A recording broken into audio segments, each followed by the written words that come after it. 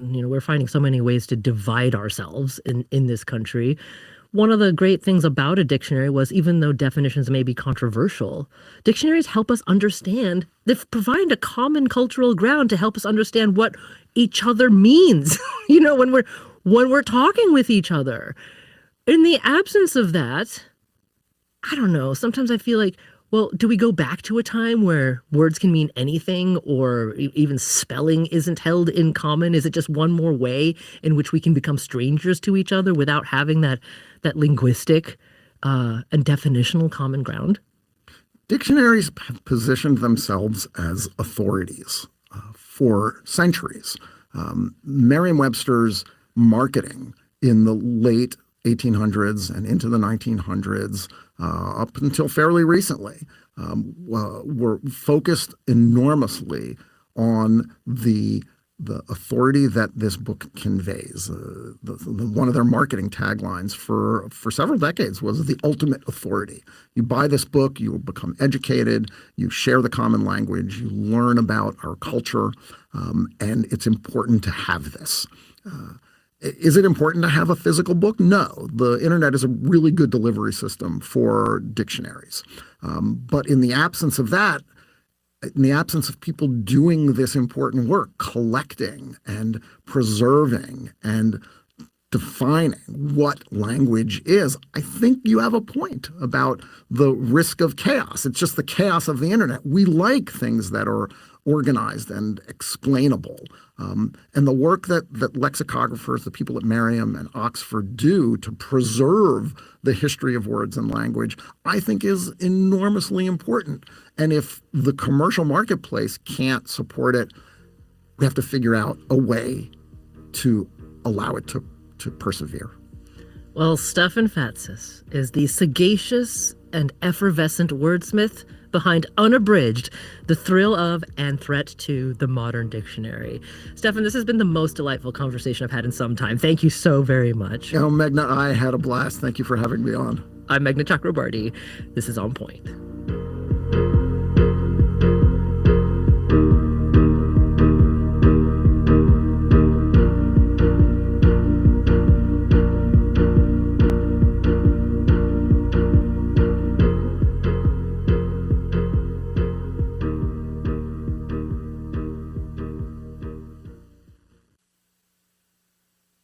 On Point is a production of WBUR Boston and is distributed by APM, American Public Media. Support for On Point comes from the listeners of WBUR Boston and Viking, dedicated to creating travel experiences for the thinking person, with programs designed for cultural enrichment on board and on shore. Learn more at Viking.com. And BetterHelp, committed to helping clients with issues ranging from relationship challenges and goal setting to grief and depression. Learn more at BetterHelp.com/public.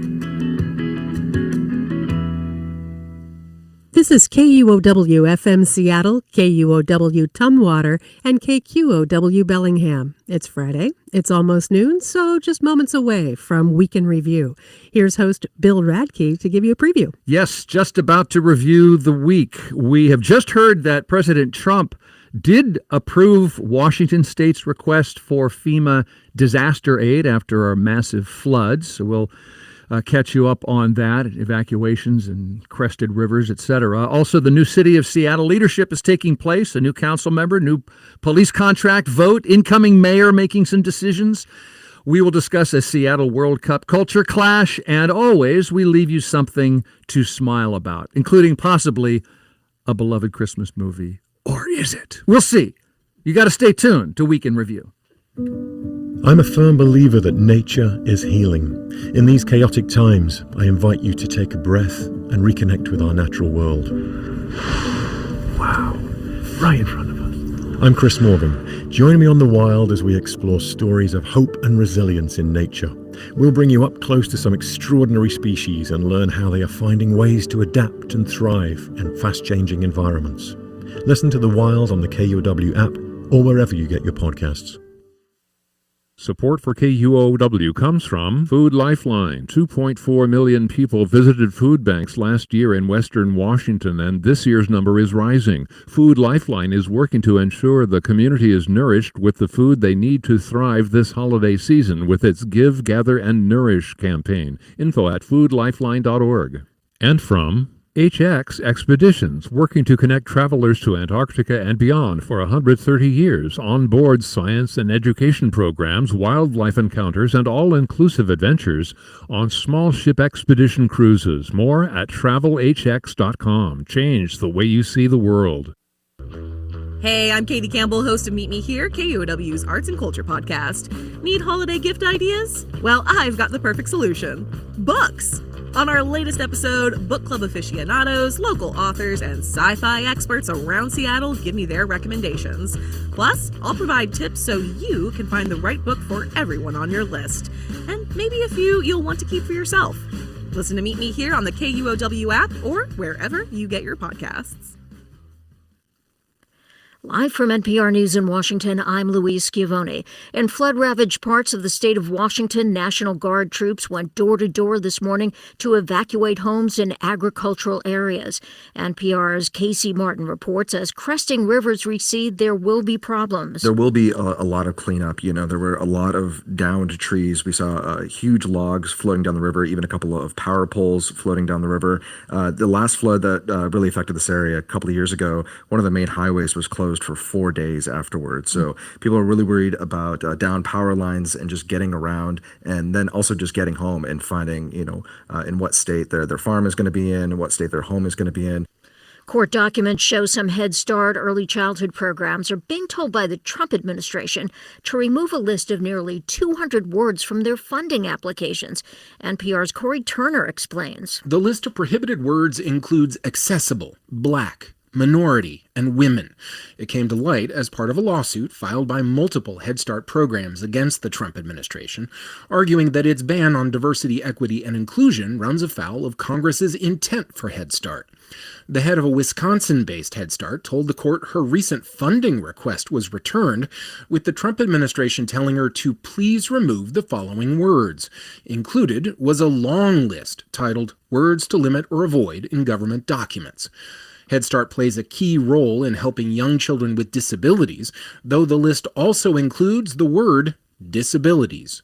Corey Turner, NPR News. Ukrainian and European representatives will be in Paris tomorrow for more talks on Ukraine.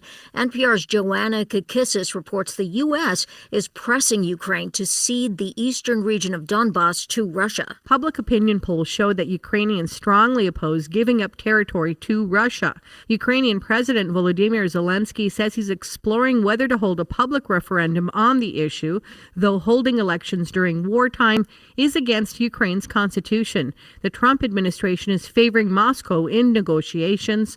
Lawmaker Ivana Klimpush-Tinsada says facing Russia without U.S. support would be incredibly difficult. But just to give in to the aggressor, that is not something that we can agree upon after what we have gone through. European leaders say they stand with Ukraine, but Europe's financial support to Ukraine has declined this year.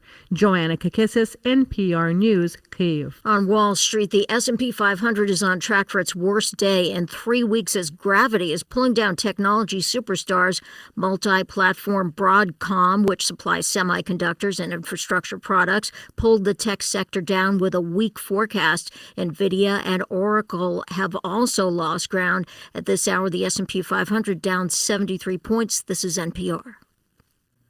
This is KUOW News. I'm Paige Browning in Seattle. Washington State's request for emergency assistance has been granted by the Trump administration. Governor Bob Ferguson said this morning he's received a phone call from Secretary of Homeland Security Kristi Noem to say that the president signed off on the request. More details are expected in a news conference at 2 p.m. State and local officials are warning residents of Skagit County to find higher ground ahead of potentially catastrophic flooding today. At a press conference in Mount Vernon, Skagit County Commissioner Lisa Janicki pleaded with locals who live in low-lying areas. Please get out if you are in that defined flood zone. If you have a fear that you might flood, please get out. Mount Vernon resident Byron Betts heeded these warnings and packed his family into their RV to find a safe space to wait out the flood. It's not really hard to make the call. I think it's better to be inconvenienced and wrong than risk life. Rivers in the Puget Sound that are continuing to flood are also home to some of the most important salmon runs in the state. This is the time of year when Chinook salmon have finished spawning and have just buried their eggs in the riverbeds. KUOW's John Ryan reports on the environment and is following this. And when a big flood comes down, that heavy water flow can scour out the eggs from the gravel or maybe bury them in mud, all sorts of very damaging consequences from big floods for salmon. So we can expect, we have after past years when we've had big floods, that the following year's class of salmon will be very reduced because so many might have been killed off during these big floods. Chinook salmon are listed as a threatened species under the Endangered Species Act. These are important Chinook runs in the Skykomish, Cedar River, and the Cowlitz River. All three of these rivers have crested well over major flooding stage in the last 48 hours. This is KUOW News. Support for NPR comes from NPR stations. Other contributors include Bayer. Bayer is dedicated to delivering breakthroughs that save lives and feed the world using the scientific process. Learn more at ScienceDelivers.com. Welcome to Friday. Welcome to KUOW's Week in Review. My name is Bill Radke. It's good to have you along. This is the show where we come together at the end of the week and figure that you had other things to do besides stay up on all the big news. So we discuss and debate and clarify things for you. And my panel today includes, from the Seattle channel, host and producer there, and the co-host of Seattle News, Views, and Brews. You got it. That's the podcast that Brian Callanan, that I listen to regularly. Brian, nice to see you. Back at you, Bill. Thanks for having me. Thanks for coming. We also have the King County Republican chair, the chair of the Republican Party, Jolie Lansdowne. Welcome back, Jolie. Thank you. It's great to be back. Thanks for coming in from West Seattle. And we have a longtime local political consultant, Cathy Allen. Cathy, I do not associate you with Republican politics, but you're sitting right there next to Jolie to agree or disagree. Yeah. Oh, I agree and disagree with everything anyways. And so the other part I can just tell you is that I have actually represented Republicans not only here, but also in Alaska. And I didn't know that. Yep. Yeah. But don't hold that against me. Don't. Okay. And by the way, you can watch this program. Cathy is the most festively dressed of all of us, I would say. Oh. No offense, Brian. Okay, yeah. Because and you can watch because we're on YouTube. We live stream the show. Just search KUOW Public Radio. We're going to obviously start with the biggest deal this week, which is the flooding, the massive flooding, tens of thousands of evacuations, a statewide emergency declared. This is more than a dozen rivers involved. And I have news in case you didn't get a chance to listen to our top of the hour newscast. As we are now recording this show live in the noon hour on Friday, we're just about to hear from Governor Ferguson, who is holding a news conference in just under 2 hours today. And I tell you this because what we do know is the governor says he got a phone call today from the Secretary of Homeland Security, Kristi Noem. This would be such an obvious, this would just be such a normal announcement in any other time. But wow, yeah. The president of the United States has signed Washington's request for an emergency declaration. I did see that of course, the obvious question is, well, what flows from that? Money? First responders? How much money? It's a reimbursement type of thing. Okay. Is my so this makes Washington State eligible to apply for these federal funds. So eligible to apply. Yeah, so that's what's going to happen now. So I think it's some good news, and I look at it that way because our state was really up against it last year when a bomb cyclone hit, as you'll recall, yes. And it was a situation where 2 people died. There was millions of dollars worth of damage. The state applied for federal aid at that point, and it was rejected. They tried to bring it back again. It was rejected again. So I really do look at that as some good news for Washington State because this flooding we're talking about is historic. It looks like it's going to be even bigger than what we saw in 2021, and that's scary to think about. Yeah. Jolie, we were just starting to talk before I realized we have to start our show about when and whether the King County GOP weighs in on national events. Did the King County Republican Party have a position on whether President Trump ought to be providing emergency aid, whether it's back for the bomb cyclone or this year for the floods? Yeah, I mean, I think pretty typically we align in general with, supporting what he's trying to do, being Republicans and all that, keeping it pretty local. The main focus is always just really trying to support folks getting engaged at the local level and school boards and things like that. Different conversation, not what you asked specifically. But I'm excited to hear this presser at 2 and see what he has to say. So then no official Republican position on the denial or acquiescence to federal aid from the White House. Well, right. I mean, Yeah. I think we would officially agree, right, that but they're all nuanced, the different topics, if we're talking about just the flooding or just in general the broad scope of alignment. Is that what you're talking about? I'll leave it there. Okay. Kathy, any reaction to the flooding, evacuations, the atmospheric rivers that we all watched this week? Oh, just a personal note that my second bedroom roof crashed down in our house. So I was able to actually see firsthand how you talk about a problem like your roof coming in on you. Now, it's not the outside roof, it's the inside one. It's a 3-story. And so from that perspective... You had some trickle-down water. It's trickled It's the trickle-down all effect, over the yes. place. Mhm. There's trickle-down problems everywhere. But Right. what happened here is that you really start to kind of take a look at, my goodness, what have I got to do to kind of undo this? And that's when I sort of relate to everybody now that's going through much worse than I am. Yeah, we're talking about houses that are feet underwater Yes. in Skagit County. I mean,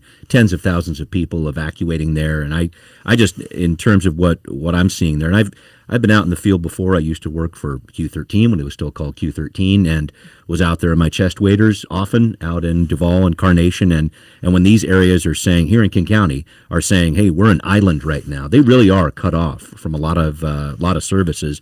Only way is to get there by boat in a lot of these cases right now. So I think it's something that you have to pay attention to. I'm glad there's some help, but I know we're not completely out of the woods yet, even though the rain looks like it's abating somewhat. It's really those floodwaters that are continuing to come down from the hills that are going to inundate our area for, well into Friday, Saturday, and possibly Sunday. So I'm just hoping that people stay safe out there because this is just at catastrophic levels. Yes, it is. The flooding that's affecting the most people now is around the Skagit River, which, as you say, that river has crested. That's the good. Well, crested at 37 plus feet. That's the bad news. But it has crested. In Mount Vernon, they were not only sandbagging and closing businesses and boarding windows, but they were adding to their flood wall. And that flood, when we were wondering, is that going to hold? It's been, of course, it leaks here, a little there, but basically that Mount Vernon flood wall has held. But the floods are still coming. The National Guard has been going door to door in Burlington this morning, telling everybody to get out. We've got 100,000 people now without power, and we have, I would say, more rain on its way. We may skip a day, but then there's more tougher rain coming in. And I used to think, well, we all know that when there's somebody in a weather forecast position, they always get top billing no matter what they're on, radio, TV, whatever. It's always the weather. It always takes over. Well, this day is one where not only is it going to take over, but it's going to come and go for another week and a half. Yeah. And so from that perspective, I would say, hey, keep that actual umbrella around. I realized I didn't have any boots. For a woman who lived in Alaska for 15 years, I'm sitting here going, where did I do with my boots? Oh, I threw them away a long time ago. Well, now it's time to go back after boots. Yeah, it is. I would hope so. I mean, it's I think a situation. I've just seen some of the different reports where there are people still walking around like on top of some of these levees and things like that, and emergency officials are saying, no, seriously, you need to get out of there. And somebody was walking dogs on top of the levee. Right. That, I mean, I don't. That's just a recipe for a lot of trouble there. So I'm hoping that people are listening and taking precautions because, like I say, this could be a lot worse than what we saw in 2021. And when you see these, basically leave now orders for Burlington, as happened earlier today, and as basically the bulk of Skagit County there. These are areas that are getting hit hard, and I think it's interesting to look at where this has been just chronologically over the years, because you think about Mount Vernon in particular, and I was reading about this in the Seattle Times. We always talk about these 100-year floods, which is a little bit of a misnomer there. It's basically saying 1% of the time, these floods are going to get up to these different levels. But what we're talking about, at least in Mount Vernon, is they have had 5 of these 100-year events since 1990. So it's an outdated term. It really is. It was used by insurance agents back in the day in the 60s, and now we're kind of seeing what it comes to bear now. And I guess in looking at that, and this is an important thing to look at too, we're seeing more and more of those over the past 25, 30 years here as compared to what it was before 1990. I thought that was an interesting point there. It's something that people just have to be ready for more often. And when you hear 100-year flood, that does not mean, hey, just wait around another 100 years and you'll be fine. So it's something that people need to take seriously.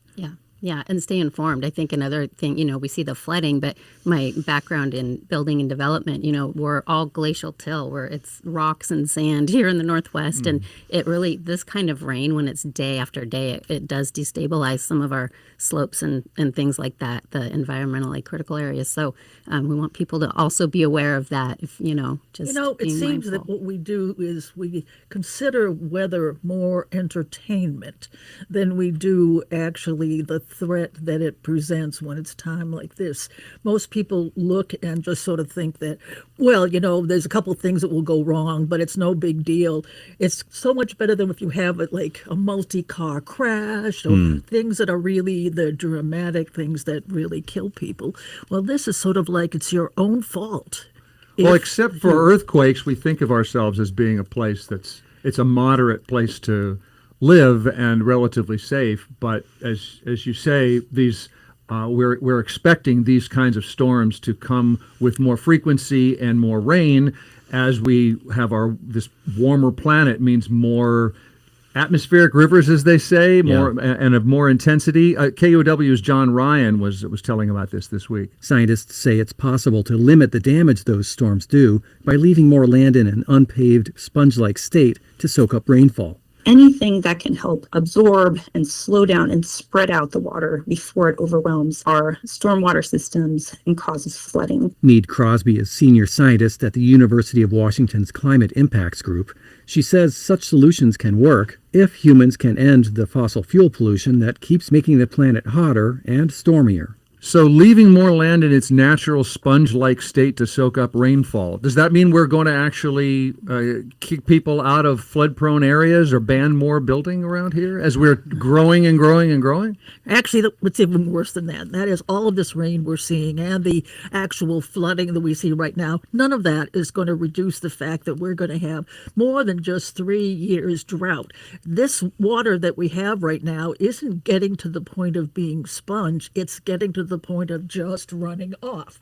And so for most of us, what we look at here is really all this water for nothing. We should be trying to keep it someplace safe. Yeah. And whatever this is, and the fact that, by the way, most of that water is actually polluted right now. Right. It's the combination of different water systems coming together. And you have to tell the kids, no, don't drink the water. This is not fresh water. Yeah. It's really part of what we're doing right now is learning how to deal with the environmental impacts we are now going to live through for a long time. And back on your point, Bill, just about where people are building homes and things of this nature. Our state does have a critical areas ordinance that prevents a lot of building in really flood-prone areas. But I think you make another good point in the fact that there is so much pressure to build more housing in our state. There really is. And so I think that that's something that local jurisdictions are wrestling with quite a bit right now.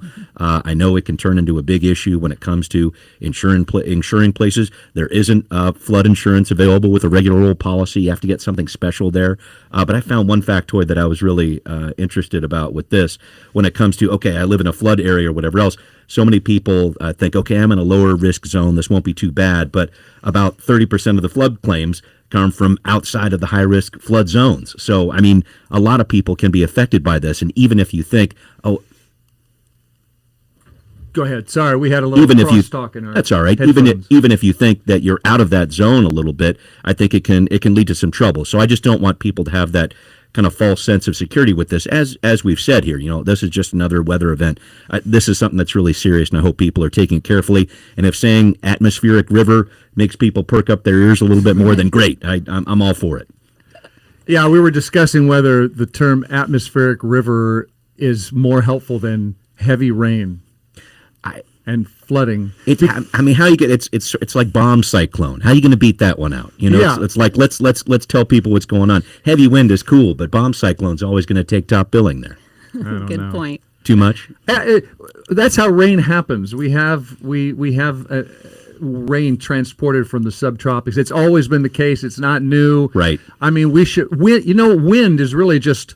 It's atmosphere. It's air moving from high pressure to low pressure. So why are we calling it wind when we could call it atmospheric pressure differential stampede? Oh yeah, let's call it that. That's good. Yeah, that's. Thank you. We'll have to work on that. It really is catchy. You mentioned the insurance issue. We spoke with Gina Simmons, who's a resident in Maple Valley, so near the Cedar River. And she said in the 20 years since her partner bought the house that she's in, it's only had minor flooding a couple of times, and they did not prepare for this. We're both retired, so the house was paid off. So a few years back, we stopped paying for flood insurance. It was like $8,000 a year. So yeah. $8,000 a year. So yeah. So if you don't pay for flood insurance, and a disaster's been declared. And the state's, especially when the state's going to get reimbursed for it, we believe. Does that mean you're covered, even though you saved $8,000 a year on flood insurance? Boy, I don't know how that works. That's a great in terms of how you apply as a private homeowner for that. That's a great. I would have to think that you'd ask the state for a little help there, but yeah, that's gonna be unfolding over the next several weeks and months here as we start looking at that. But that is going to be the base question. I know a lot of people don't have flood insurance, but this is what this is the time you need it for sure. I don't have a great answer on that one, Bill. Well, I have one because I got one today when I talked to my insurance agent, and I had a chance to talk a little bit about the kind of problem I have with my roof coming down, my internal roof coming down. Did they say, "Oh, it's Cathy again," or what was the conversation like?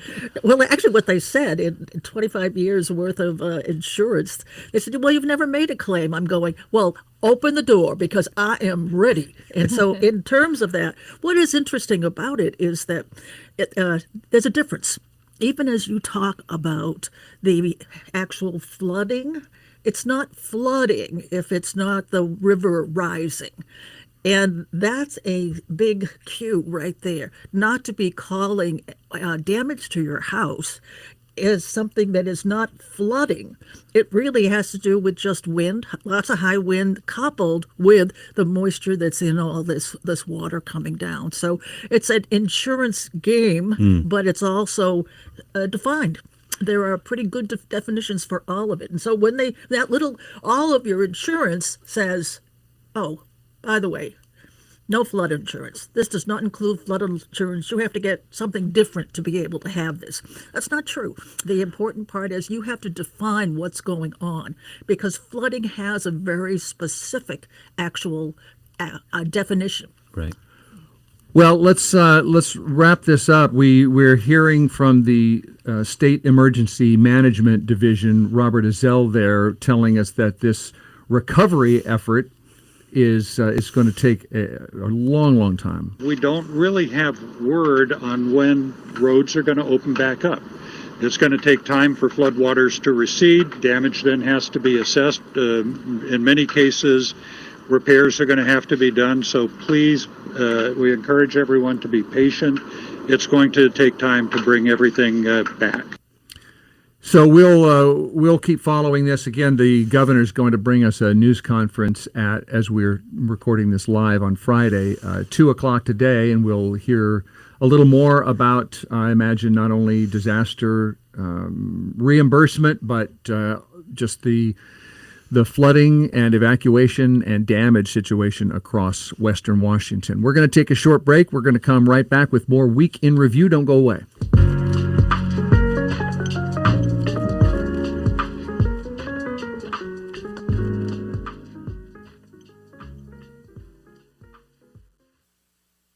Support for KUOW comes from Third Place Books, with community bookstores in Lake Forest Park, Ravenna, and Seward Park, offering a wide selection of holiday gifts for the book lover, including new, used, and signed books, in-store or online at thirdplacebooks.com.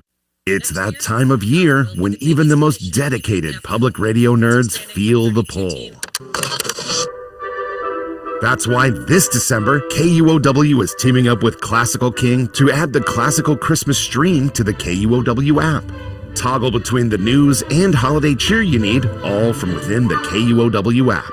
Enjoy both KUOW and Classical King all this month when you download the KUOW app from your phone or tablet's app store. It's KUOW's Week in Review. I'm Bill Radke with political consultant Cathy Allen, King County Republican Party Chair Jolie Lansdowne, and Seattle Channel and podcast host, host, that's the noun, Seattle News, Views, and Brews. Love it. Bringing us the podcast, you and David Croman. That's Brian Callanan with us today. And by the way, speaking of podcasts, this is an easy way to listen to Week in Review whenever you like, is to follow the show. I know some people know all about this. Some of us are newer to podcasts.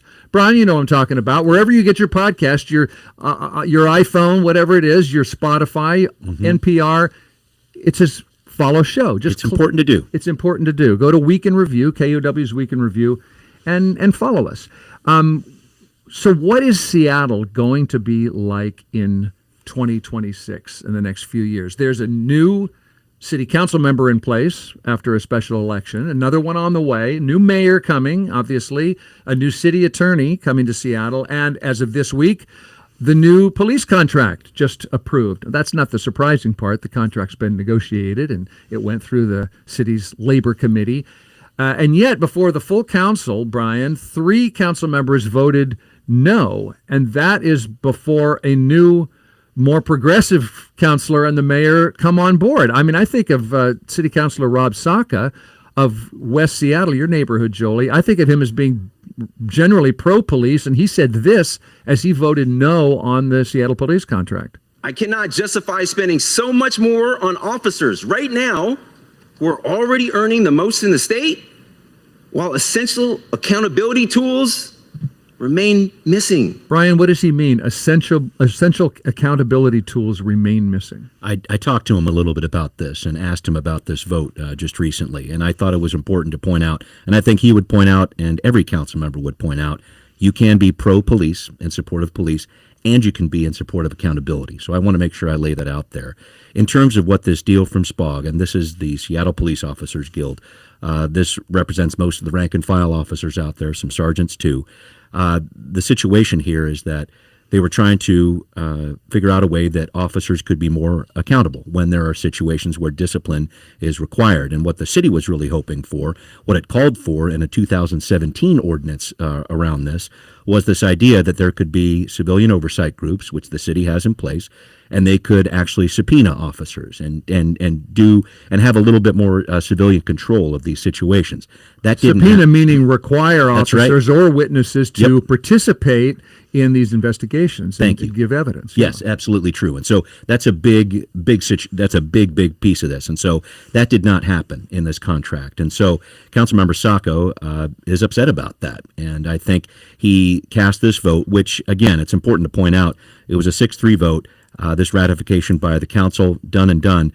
Essentially, this deal was done before it came to the council. It was approved by the labor committee there. The mayor worked on this, SPOG worked on this. The union actually voted to ratify this before it even got to the city council. So a lot of this vote from the council was ceremonial, I guess I would say, but I think it really does point to this relationship between the city and the Seattle Police Officers Guild. They've got this contract is good for 2 years. It's going to come up in 2027. And the president of Seattle Police Officers Guild put out a social media post after this, and it was something that concerned a lot of people. He put out a post that said, Seattle City Council ratifies the SPOG contract, moderates 1, socialist 0, public safety for the win. There's a picture of him with a superhero costume on. Yes. So it's dunking on his more progressive you could make that argument. Political opponents. You could make that argument. Why do that? I'm not sure. I think it's a situation where if you're trying to say voting for accountability is socialism, I would disagree with that. I think everyone on the council would disagree with that. But that's the way that that's the fight that's going on over this narrative right now. I think Councilmember Saka really tried to lay this out in his comments when he was saying that he definitely supports having a strong police department. He also definitely supports accountability. He wrote a really good guest rant in The Stranger. If you haven't read it, I highly recommend it, because he's a guy who just in April of this year put out a resolution that said defund the police is dead. Yes. And so I think that these things can coexist. I think the council would like for them to coexist. And I think that having a conversation about this in the future, I'm hoping they coexist. This idea that, yes, you can be supportive of police, and yes, you can be supportive of accountability. That's the really difficult narrative that's getting balanced right now. Jolie, do you want to explain or defend? We haven't talked about this before, but this the position from superhero wearing cape wearing president of the police union. Yeah, well, I mean, I'll chime in. I loved a lot of what you said, Brian, and I think that's the tension, isn't it? With pro police, right? We want a protective force and also accountability in any business. All businesses need that, right? And this is, we're talking about these kind of numbers and salaries. It's another business. I think anytime that, and I'll circle back to that, but just to say, anytime that you, increase payroll and get a contract for your employees, you're going to boost morale and you're going to have a better opportunity to recruit and to just have a stronger business model. And I think we've been struggling for a number of years with low retention, with low, recruiting, all of that. I had a wonderful meeting with the police chief, Ted Bowe, in Burien a couple years ago, and just, really talking about what does solving some of this look like. And, it's a challenge to get people to come and work in the protective forces here. So we need to really look at, getting that tension right. There's always going to be a tension, but how do we balance that well so that we have a strong force that's also accountable, just like in any healthy, good business But model. even a lot of people who want Seattle wanted them to recruit more officers, wanted them to recruit officers who would respect the citizenry and improve the relationship between the community and the police department. Yeah, well, it's interesting. I live in an area where there's a fair amount of police on the ground, and I often will stop and just visit as I'm walking my dog and stuff, because I think it's very curious. I like to, talk to people directly, and I've noticed maybe the narrative from talking to the police is a little bit different than the narrative that we hear on the news, and so I just, I think it's that balance. I think we need people to want to come work here and work, to protect Superhero capes, then. All I can say is caution, folks. The public is not interested in one union getting so much more when the rest are not going to get anything. And the rest of this looks to me like it was an actual cheap shot. It was, well, we can sneak the cops by. But the rest of these unions are furious. And the rest of them, taking a look at it, having talked to them, what's really going on right now is people are thinking the cops always get special services. They always get the special hope. Well, actually, the rest of the council leadership is changing to a new generation. And that new generation is intolerant of having one group of privileged people actually end up with all the good stuff. And that's what's going on right now. And I have to say, people are nervous. When I talk about this, I go, oh, well, I love to say that right now we're approaching a period where we're going into budget cuts. Everyone who was elected was aware that they're not going to be adding beautiful, new, creative projects.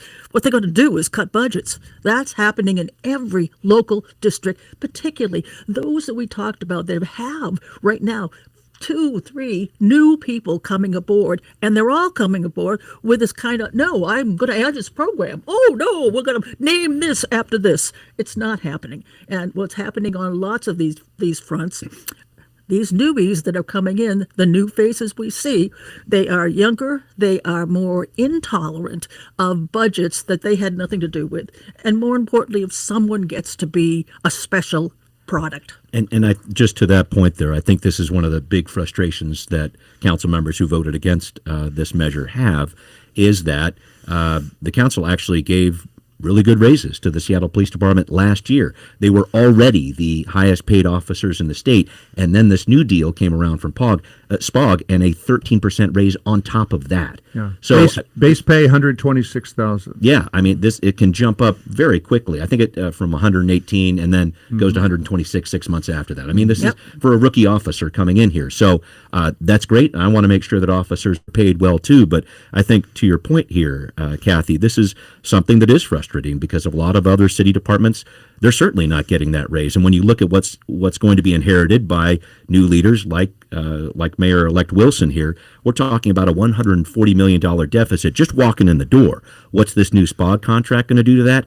That's not completely clear yet, but I think in terms of the people that they are bringing in, and they were already doing that with the dollars that were there back in January, with this new raise here, something along the lines of $57 million added in terms of those additional costs. I mean, again, let's make sure that officers are paid fairly, but there is a balance here, and I think this is part of the reckoning that's been happening ever since 2020 after the George Floyd murder. I think there was a big call for accountability that might have gone away in some ways or been retracted, and so now we're at a period right now where you have a lot of officers really controlling this narrative, and what's going to happen next with this new group of leaders, I'm very interested in that. Yes, and also I would just simply add one thing here, which is not just here in Seattle. Yeah. It has had a reflective perspective on police negotiations all over the state.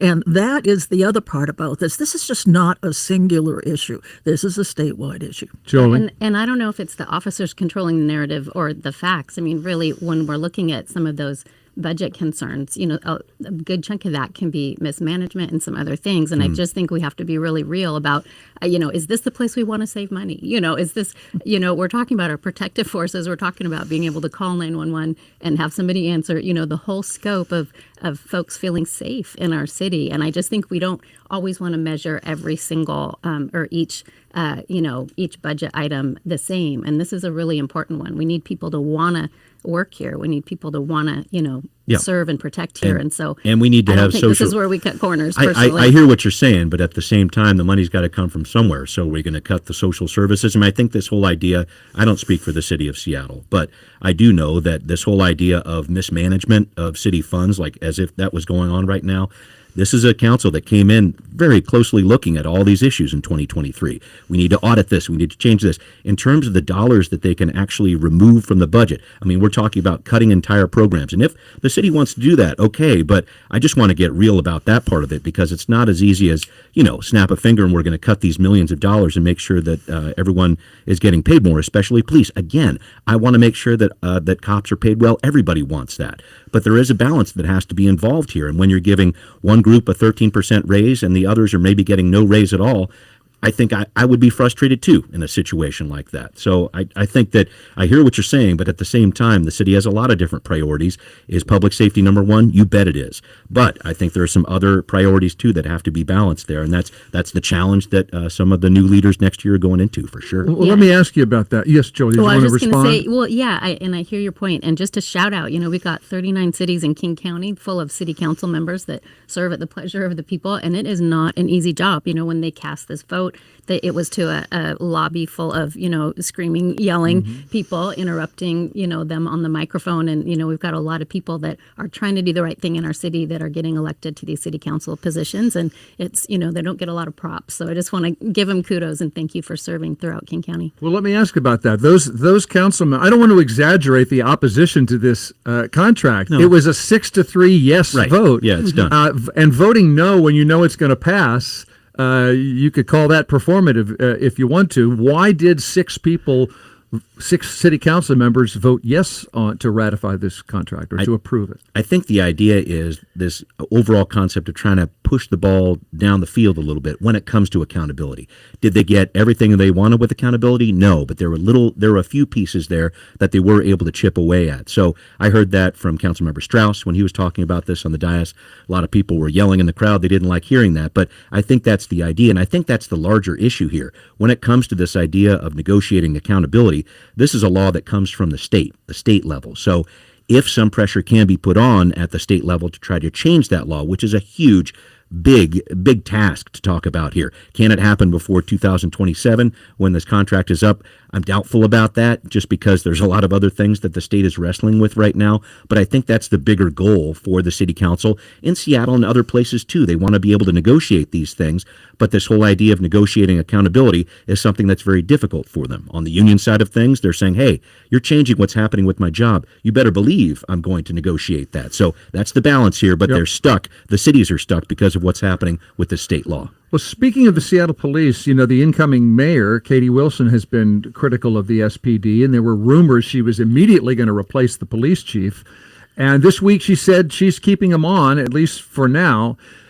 So repeat, Seattle's new mayor does not appear to want to abolish the police department. That is a truism. Yeah. So what do you think was behind that, Brian? Were you surprised? Do you think that's just put a pin in it, or what do you expect from a new mayor and, as we said, new city attorney, new council members still to come? Yeah, there's a lot going on there. But just with regard to this new police chief, I just think that is a situation where, what a huge job that is. You got to do a national search. You got to make these different connections here. I just feel like that was a headache she didn't really want to take on, if you will. So, and a stable department right now. I don't know if you've talked to Chief Barnes. I have. A very intelligent, comes across as professorial a lot of times in terms of how he approaches the job. So I think she recognizes a shared intelligence there in terms of how they're trying to approach public safety. But I hear what you're saying. That's a big decision to keep those public safety pieces in place. I just think she has to be really careful about the battle she's going to choose going into next year, because there's going to be a few, and that budget's going to be front and center. I think affordable housing, which she ran on, that's why I think a lot of her constituents are going to be pushing her. So the success of plans like new taxes, potentially, there's been talk about that, and a number of the council members I talked to on the campaign trail were talking about this too, the possibility of a capital gains tax at a city level, let's say. Very difficult and tricky. Not gonna happen. Well, Not gonna happen. I don't know if it will either, but I will say it is something that will be talked about next year. Yeah. So it's more very in the press than it will be talked about with a vote attached to it. I'm going to guess that one of the council members is going to bring that up, because we're talking. One. Okay, well, there's That's a big number. I don't know about that. I think there's enough of a progressive bloc on the council that there's going to be a discussion about it at a committee level, I would say. I think progressive is going to become a bad word, and it as already if is it there. weren't already. Yeah, no, it's all in how you look at it. I will say that discussion's going to happen next year for sure. You've got some council members coming in who have also talked about surveillance cameras and their concerns about those. We're certainly talking about that a lot right now with regard to federal overreach and potentially taking some of that footage. So that's a conversation that's going to be ongoing too. So I'm not exactly sure where those conversations are going to happen, but I do look at affordable housing. Katie Wilson's promised to have 4,000 new units of shelter coming in. That's a big task to look at there. Will she be able to do that? Will she be able to right the ship on some of these affordable housing providers that just are having a lot of trouble right now? Their bailout money is basically coming from the city to help them out. So is there going to be enough on that housing front that she can focus on there?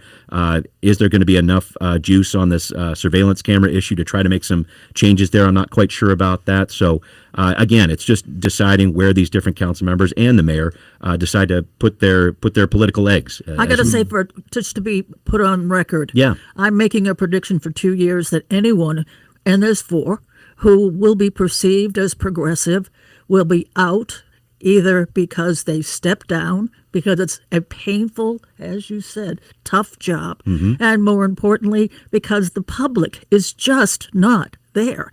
And I think that that's the problem with all of this. We're talking as if these guys are on an island. No, and the but fact is, what's really happening. They did just elect. That's Katie what I'm Wilson. saying. Yeah. They elected Katie Not by Wilson. much. They elected all these. They elected them, but let me tell you, they did not elect a tax increase, nor did they. They were talking about it on the campaign trail. Every single one of those candidates you're thinking about here. Yeah, all 4, and I'm going to Okay. tell you, there'll be 4 openings come 2 years from now. Interesting. I would disagree with that. But Okay. we'll see. We'll see. Let's pause and talk more about the week in review, the World Cup culture clash, and more when we return. Don't go away.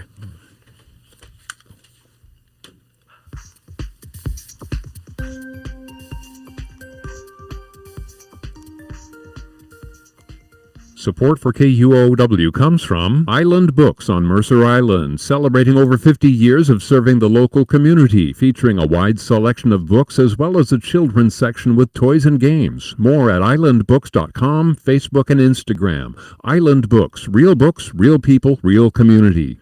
And from Jazz Night School, an adult music education community featuring Black American music with combos, big bands, vocals, and classes, helping beginners build skills and challenging advanced musicians to grow. Registration and more at jazznightschool.org. This is KUOW's Week in Review. I'm Bill Radke, sitting here. You can watch the show, by the way, on YouTube if you like, KUOW Public Radio. You'll find us on YouTube. I'm with Jolie Lansdowne, who chairs the King County Republican Party, political consultant Cathy Allen, and fellow podcast host from Seattle News, Views, and Brews, Brian Callanan. We were just talking about following a show.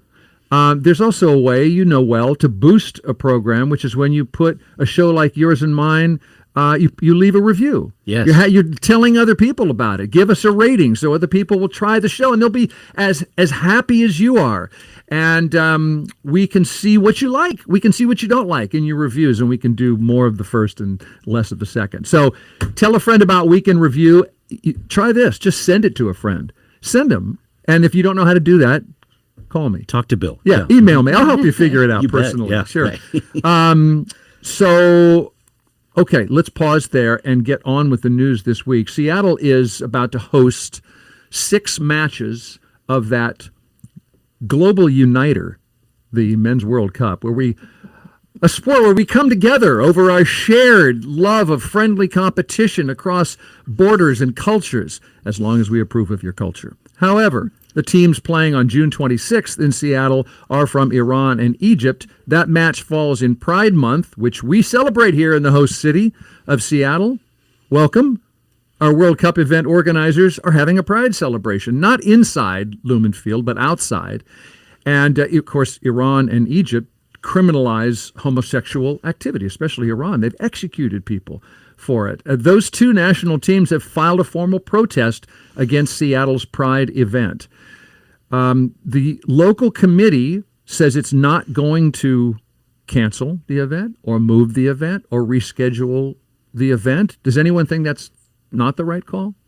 Or are we all in support? Well, I'll just jump in. I think, we've got a really great event that a lot of people are excited to be a part of. The sports events are so unifying, and couldn't we all just use a little more unity in the world, right? I think there's a lot of people really excited to go to this. And what puzzles me a little bit is just that if I understand it correctly, it's the venue organizers are kind of creating this, that it's not happening more organically outside, well, someone's got to organize a Pride celebration. Well, sure. I think, all over the city in June, there's a lot of opportunity for that. And so it's just puzzling to me why, if you're caring well for your fans and you're supporting this, why you'd invite kind of something that's conflict when it's actually a really unifying thing that our city could use, But the conflict is voluntary. Like they don't have to file a protest. You described the unity that you welcome from the World Cup, and isn't the Pride celebration about welcoming, inclusiveness, and unity? Yeah, my point is sort of specific, that it seems that it's put on by the authority of the venue, the folks that have the authority to create this experience, that they're initiating it rather than letting it just be organic, because it's the whole month, the whole city is celebrating that. So I love to see these sports events and how they bring people together and create such positivity in our city. And so, So what would you do? So you're head of the local organizing committee. Here we go. You would not have the event, or you would move the event, or reschedule the event, or what? Well, that, I might have to think about that for a second, because I don't know exactly what I would do, but I like to let things happen organically from the heart and joy of people in general, the folks that are coming to enjoy the game, and let that be the soccer's not bursting out spontaneously. Somebody had to organize No, that. I know, Right, but you get right. what I'm saying. Like, you maybe don't need to have 2 events in the same space, because you don't want to just, like, we're the host city, like you said, you want to honor these folks and celebrate this great thing. And it's like, you like to just kind of honor that and maybe let that be the focus, but not at the yeah, anyway, you get what I'm saying. Anyone else? Actually, I think this is a little bit like imposing values on people who don't share my values. And so from that perspective, Who's imposing? Who's imposing on who? Which values? I'm saying that we're imposing on the rest of the world our Seattle. Who's Our we? Seattle. Seattle, by holding a pride event outside the Yes. stadium, is imposing its values? Yes, I think that by going ahead and putting the emphasis on what we're going to call it, and it even SeaTac, I was having a problem with going with SEA from now on. All of this, I look at it and just simply say, wait a minute, if we really are putting on just the getting together with good sports, well then, why do we have this Seattle tag that says, well, if you're going to do it in Seattle, then it has to be, so you have our values showing in every game. And when you look at each, I have been and worked very much in in the Middle East in terms of where these actual values live on. And where there's much accomplishment happening, particularly with women, the important part is, if you're coming to Seattle, you got to play their game. It gives us... You play soccer in the stadium, and this is an event outside the stadium. Doesn't matter. Okay, Brian, if playing their game means being accepting of people who are homosexuals, I don't see that as a game, really. And I mean, I guess just from a very pragmatic standpoint, I think it would be a much bigger deal if the organizers were saying, nope, we're going to ban that. You can't have a pride event here. Forget it. And so imagine what would happen. Imagine the kind of protests you would happen if that was the approach. That's my take on it, because pride and those things, have been going on in this city for decades. So to try to push that out in some way, I just look at it as a way to try to control the situation as best they can. Okay, you're not going to do something inside the stadium. You're going to do something outside. Hope that's cool. Let's figure this out and try to coexist. That's my thought here. I don't see the acceptance of people who are different as a Seattle value. I see it as a human value. I think that is absolutely what I would call foolish to think that. Okay. Because when you take a look at this becomes a Seattle thing. I disagree. And you add all of these other definitions of what it means Pride to be celebrations in Seattle. happen all over the world. Oh, yes, they do. But the fact is you don't necessarily go ahead and put, I would say, names of what these groups are. LGBTQ is kind of a trademark, and for particular places in the Middle East, just not exactly what you call an inside, welcome to my house. So maybe if you were running the national team of Iran or Egypt, maybe you're saying you wouldn't show up. You would forfeit the games because let Seattle be Seattle, and we don't want to be a part of it. And we'll just take our ball and go home. Yeah. What about that? That's not good enough. That's not good enough. And I might even chime in, how do we want to be remembered? There's value in that, after the event, and people think of us, they're going to remember either a city that hosted a great event, everybody loves this event, or, the city that, had another conflict. Do you know? How is it I don't think it has to be a conflict. It's a celebration. I see the conflict is voluntary. Yeah, I see it as a celebration that can happen outside and a very much an attempt at coexistence and trying to bring together some very different countries into our country. There's a lot of different customs here, and I think people are going to be amazed at a lot of the activity here. They might be raising their eyebrows at it too in terms of what happens here in the U.S. So I think the attempt to try to make this a coexistence type of thing, rather than laying down, okay, you're staying here, you can't do this, you can't do that. I think the whole idea of a World Cup is bringing people together, and that means many people with a lot of different values. And if you're not trying to manage that in a way where people are being included, then I think you're not being what the World Cup is about, which is inviting people to play. Bill, you and I, let's get 9 other guys. We'll put a team together. Let's do it. Yeah. Well, and I values think side by side, whether you share that value or not. Where, as you said, I thought you talked about sports being a uniting thing. Yeah, and that means people who aren't the same being side by side. Play ball inside the stadium, and by the way, the fans can wave anything. Unlike we don't live in Qatar. We have people can have rainbow flags or anything they want. This is the host city. This is Seattle, and this is in the United States are hosting, and the guests will bring whatever values they want. And by the way, this could just be performative. I don't know that these soccer players or their soccer team organizers really feel this way about the Seattle Pride event, or whether they're speaking for domestic consumption in their countries. But I'm trying to follow it seems like you're starting out saying that sports can be a uniting thing. And I see, here we are, different people coming together and not taking their ball and going home. Yeah. Well, just to circle back to your question and just that I clarify, when you said what conflict, I was just speaking to the Egypt and Iranian players filed that formal protest. So that's the conflict I'm speaking of. The teams are saying... They initiated the conflict. That's not what Seattle. I'm talking about. Yeah, when I'm talking about that. Okay. So before we give you something to smile about, we always end the week on something that made you smile. Couple of headlines here. 3 cities surrounding Seattle-Tacoma International Airport are suing, trying to block the airport's long-term expansion plans. SeaTac, Burien, and Des Moines are asking a court to review the FAA's approval of a bunch of projects, another terminal. These cities are concerned about the traffic and the noise and the particle pollution. That's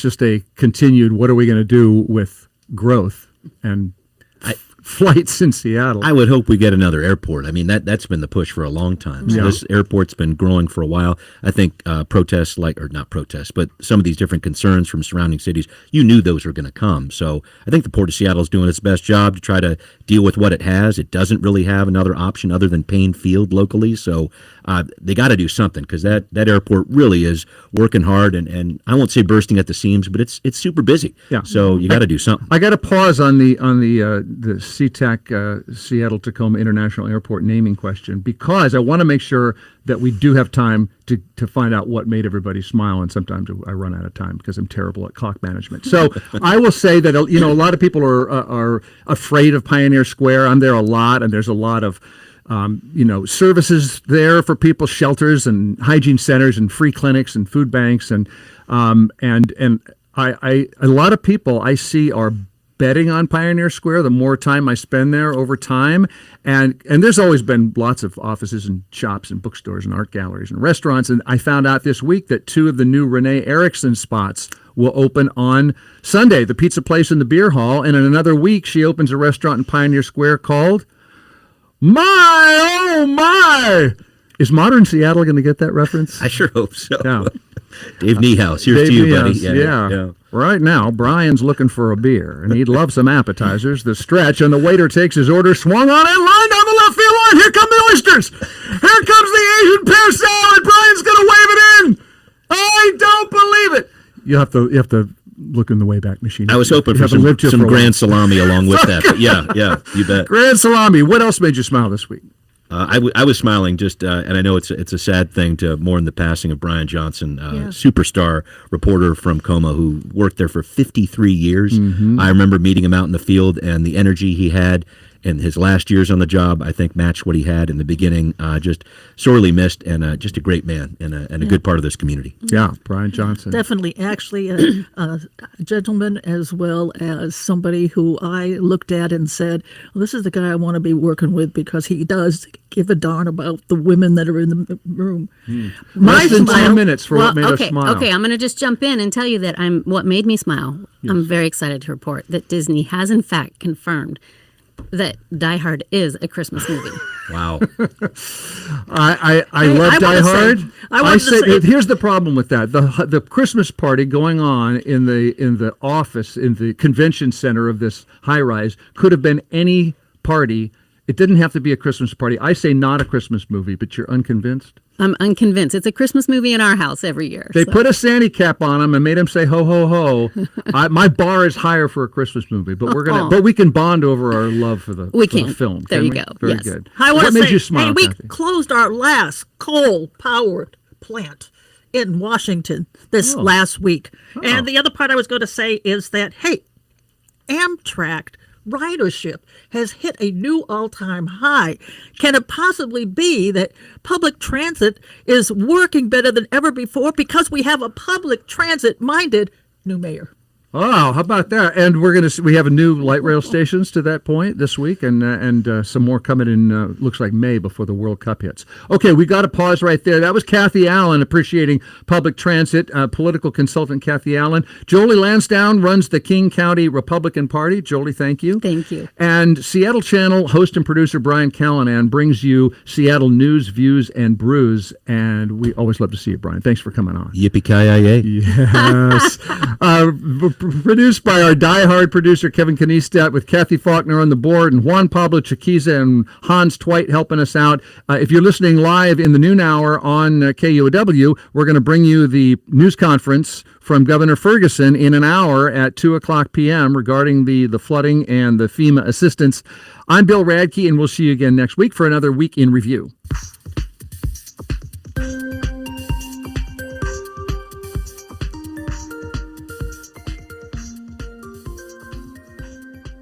You're listening to NPR. You care about local politics. But it can be hard to keep track and